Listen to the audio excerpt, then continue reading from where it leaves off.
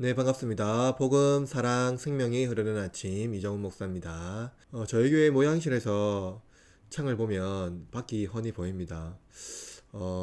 최근에 날씨가 많이 좋지 않아서 많이 흐린데요. 어, 하나님께서 주신 이 자연이 회복되었으면 좋겠습니다. 그와 같이 저와 여러분의 삶도 어, 하나님께서 주신 그 온전한 삶으로 충만히 회복되기를 바랍니다. 오늘 본문은 신명기 4장 1절에서 14절까지 말씀이고요. 최고의 유산이라는 주제로 함께 말씀을 나눴으면 좋겠습니다.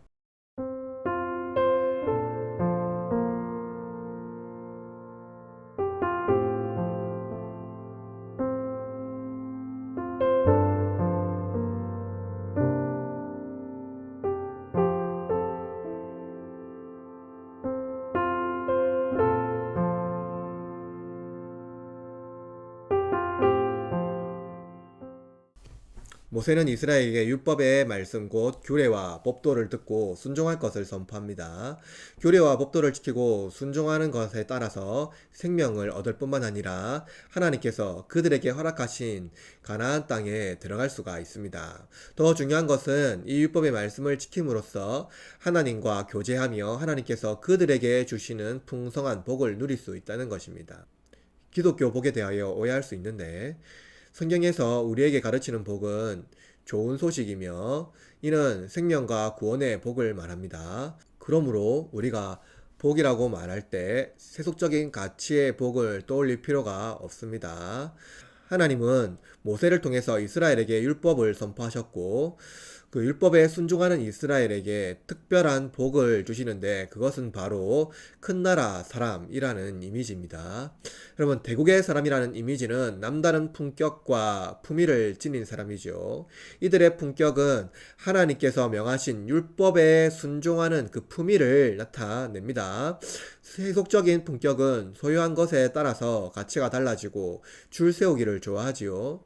최근 신도시 엄마들의 품격에 대한 논란이 있습니다. 수도권 신도시 내부에는 남편의 직장, 소유에 따라서 등급이 달라지고 이것은 자녀에게 영향을 준다고 말합니다. 프랑스 사회학자 피에르 브루디에의 책 구별짓기라는 책에 있는데요. 그 책에서는 아비투스, 즉 습관이라는 문화적 형태가 그 사람의 지위와 자녀의 유산이 된다고 주장합니다. 문화적 유산이 가문의 가풍과 생활의 습관을 형성한다는 것이죠. 누구와 만나서 무엇을 먹으며 어떤 대화를 하고 어떤 취미생활과 문화적 삶을 영위하느냐에 따라서 삶의 형태가 정착되고 자녀들에게 유산으로 남겨준다는 것입니다. 문화적 구별은 사람을 규정하는 기준이 된다는 것이죠. 여러분, 이것은 매우 중요한 발견입니다. 이러한 문화적 구별성은 개인의 품격과 품위를 구별하는 기준이 될 수 있습니다. 그러나 이러한 중요한 발견에도 불구하고 페르 브르디에가 간과한 문화적 유산 기저에 있는 그 정신이 더 중요하지요. 그들이 소유한 재산과 문화적 가치의 그 기저에 존재하는 정신적 유산 말입니다. 세속적인 문화적 기저에 있는 정신적 유산은 외모를 중심으로 형성합니다. 소유물이 대표적이죠. 그것은 자신이 가지고 있는 재능, 곧 그것이 자신의 재산이며 재능은 자신의 고유한 가치로서 그 소유물로서의 시장에서의 교환 경쟁을 형성하고 가장 높은 가치가 당연히 인정받는 것을 말하고 있습니다. 그러나 모세가 하나님께로부터 받은 율법으로 이스라엘에게 선포하는 것은 무엇입니까? 그것은 율법이 지혜와 지식을 가르친다고 말씀하고 있고요. 기도할 때 여호와께서 그들과 함께 하신다고 말합니다. 율법의 정신인 공의로운 큰 나라라고 또 말하고 있지요. 이것은 기독교 문화유산은 외모에서 발현되는 문화적 형태가 아니라는 겁니다. 문화를 형성하는 정신이 무엇인지 꿰뚫어 보고 그 속에 있는 만몬과 아세라 그리고 이방신을 제거하고 참된 한 분 하나님의 율법과 예수님께서 말씀하신 복음의 정신으로 돌아가라는 것을 말하고 있는 것이죠.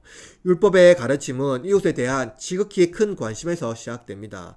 하늘에서 땅으로 내려오신 하나님이신 예수님이 복음 자체라면 우리는 그 복음 자체를 우리의 삶에 구현해야 합니다. 율법의 정신은 예수님께서 우리에게 가르쳐 주신 것과 같이 이웃을 향한 하나님의 그 큰 사랑이 무엇인지 알게 하는 것입니다. 세속 사회의 문화적 정신은 자신을 드러내고 자기 이름을 위하여 끝없이 욕망하는 세계이며 이러한 욕망을 기초하여 발전을 거듭하는 세계입니다. 세계의 중심이 자신이라면 타인을 비난하고 칭찬하는 모든 기준도 자신을 중심으로 이해합니다. 그러나 큰 나라 백성인 하나님 나라의 백성은 하나님을 중심으로 세계를 이해합니다. 하나님은 공의를 베푸시고 인간을 불쌍히 여기시지요. 심지어 우리와 같이 되심으로 우리를 자기 아들로 삼으시고 신과 같은 형상으로 우리를 재창조하십니다.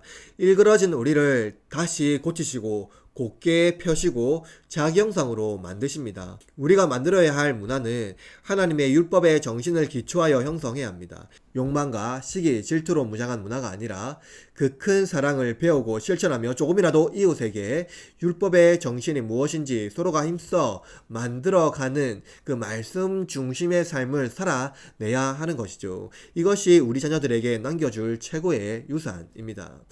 우리의 문화적 유산은 하나님이 사람이 되셨고 우리를 위하여 죽으셨다라는 그 복음의 가르침, 그리고 우리도 그와 같이 율법에 순종하여 담대한 믿음으로 살아가는 하나님의 자녀가 된다는 것을 말씀하고 있는 것이죠.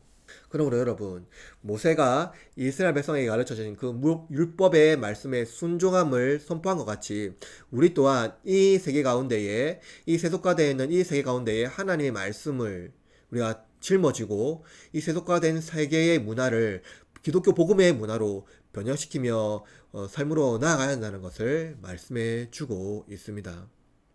성경적 문화, 이 성경적 문화를 이 세상 가운데에 이식하고 그것으로 말미암아 이 세상을 변화시키고 복음을 증진하고 복음의 삶을 살아가는 저와 여러분이 되어야 한다는 것이죠. 그럼 여러분, 말씀 중심으로 살아가는 문화를 만들어 갑시다. 그것을 우리 자녀들에게 유산으로 물려줍시다. 말씀이 우리 삶에 풍성이 넘치도록 기도하고 그 말씀을 통하여서 문화적 가치가 널리 퍼지고 문화적 복음의 증진이 일어날 수 있는 복음의 확장성을 나타내는 저와 여러분이 되었으면 좋겠습니다. 참된 말씀으로 오늘 하루도 살아가는, 그래서 말씀을 우리 삶 가운데 실천하는 저와 여러분이 되길 바라고, 이러한 복음의 삶이 우리의 삶 가운데에 생명력 넘치게 일어나고 또 그러한 말씀으로 운동하는 저와 여러분이 되기를 바라고 여러분의 하루를 응원합니다.